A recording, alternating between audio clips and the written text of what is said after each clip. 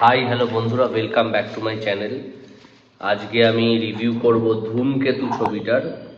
এই ছবিটা নিয়ে অনেক কথা হচ্ছে এবং তোমরা জানো এই ছবিটা কিন্তু ইতিমধ্যেই 10 কোটি টাকার উপরে ব্যবসা করে ফেলেছে বেঙ্গল থেকে।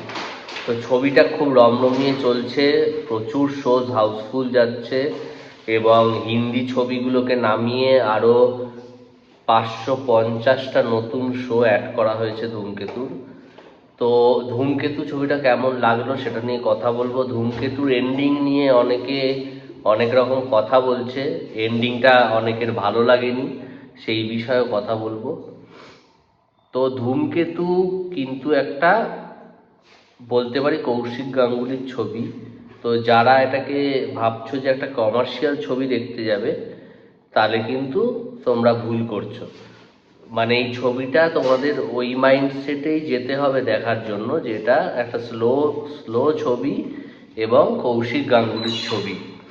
আর এই রিভিউতে কিছু স্পয়লার থাকবে, তো যারা এখনো এই ছবিটা দেখোনি তাহলে এই ভিডিওটা স্কিপ করে যাও।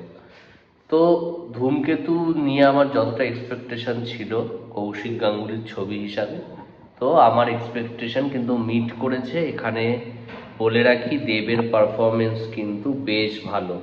মানে রিসেন্ট পাস্টে যে ছবিগুলো ও করেছে তার থেকে আমি কিন্তু এই পারফরমেন্সটা ওর এগিয়েই রাখবো। বেশ ভালো পারফরমেন্স করেছে। শুভশ্রীও বেশ ভালো এই ছবিতে, খারাপ করেনি। আর যার কথা না বললেই নয়, যার পারফরমেন্সটা বেস্ট হয়েছে এই ছবিতে, সেটা হলো রুদ্রনীল ঘোষ। তো রুদ্রনীল ঘোষের পারফরমেন্স এই ছবিতে কিন্তু ভীষণ ভালো এবং উনি যেভাবে চরিত্রটাকে ফুটিয়ে তুলেছে এবং যেভাবে মোমেন্টসগুলো ক্রিয়েট করেছে সেটা সত্যি খুব খুব ভালো। দুলাল লাহিড়ীর অ্যাক্টিংও কিন্তু খুব ভালো, অনেকদিন বাদে দেখতে পেলাম আমরা দুলাল লাহিড়ীকে। তো দুলাল লাহিড়ীর পারফরমেন্সও খুব ভালো। এমনি ছবিটার মধ্যে যে গানগুলো ওয়ার্ক করে, গানগুলো ভালো জায়গাতে রাখাও হয়েছে এবং যেখানে শুটিংটা হয়েছে সেই লুক অ্যান্ড ফিল ওয়াইজও বেশ ভালো। তো অনেকে হতাশ হচ্ছ কারণ তোমরা ভাবছো যে এটা দেবের কোনো একটা কমার্শিয়াল মুভির মতো হবে, সেরকম নয়। এটা কৌশিক গাঙ্গুলির একটা আর্ট ছবির মতোই। তো সেই দিক দিয়ে দেখতে গেলে এটা বেশ ভালোই একটা ছবি। আর এই ছবিতে যেরকম অনেকে বলছে যে ছবিটা অসমাপ্ত, তো অসমাপ্ত ঠিক বললে ভুল হবে, অসমাপ্ত নয়, কিন্তু এই ছবিতে কিছু কিছু জিনিস ক্লিয়ার না।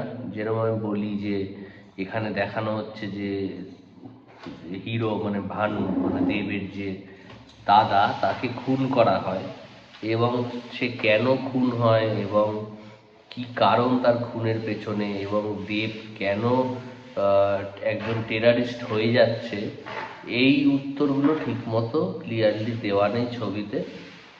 তাছাড়া এমনি ছবিতে গল্পটা পুরোই মানে বোঝা যাচ্ছে এবং লাস্টে রুদ্রনীল একটা কথা বলে, আতঙ্কবাদী স্টুপিড বলে একটা কথা বলে লাস্ট সিনে, যেটা কিন্তু মানে ছবিটার মেসেজটাকে মানে বোঝাচ্ছে যে দেব একজন টেরারিস্ট। যদি লাস্টে রুদ্রনীলের ওই ডায়লগটা না থাকতো তাহলে আরও কনফিউশন ক্রিয়েট হতো, কিন্তু এই একটা ডায়লগ দিয়ে লাস্ট সিনে এই জিনিসটাই কিন্তু জাস্টিফাই করেছে।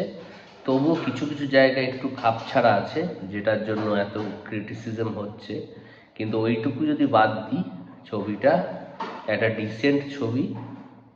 দেখতে পারো গিয়ে, মানে ইজিলি মানে ভালো লাগবে ছবিটা, এইটুকু বলতে পারি। এবং ছবিতে রুদ্রনীলের পারফরমেন্স আমি বললাম খুবই ভালো। তো ধূমকেতু একটা ডিসেন্ট ওয়াচ। যেভাবে হাইপটা ক্রিয়েট হয়েছিল হয়তো অতটা ভালো না, কিন্তু হ্যাঁ, ইটস এ ডিসেন্ট ওয়াচ, ভালো হয়েছে ছবিটা।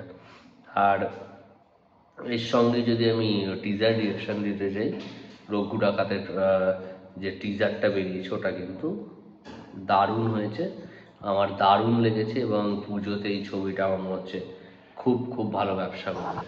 তো এই ছিল আজকে ধূমকেতু নিয়ে review. Till then tata bye, সবাই খুব ভালো থেকো।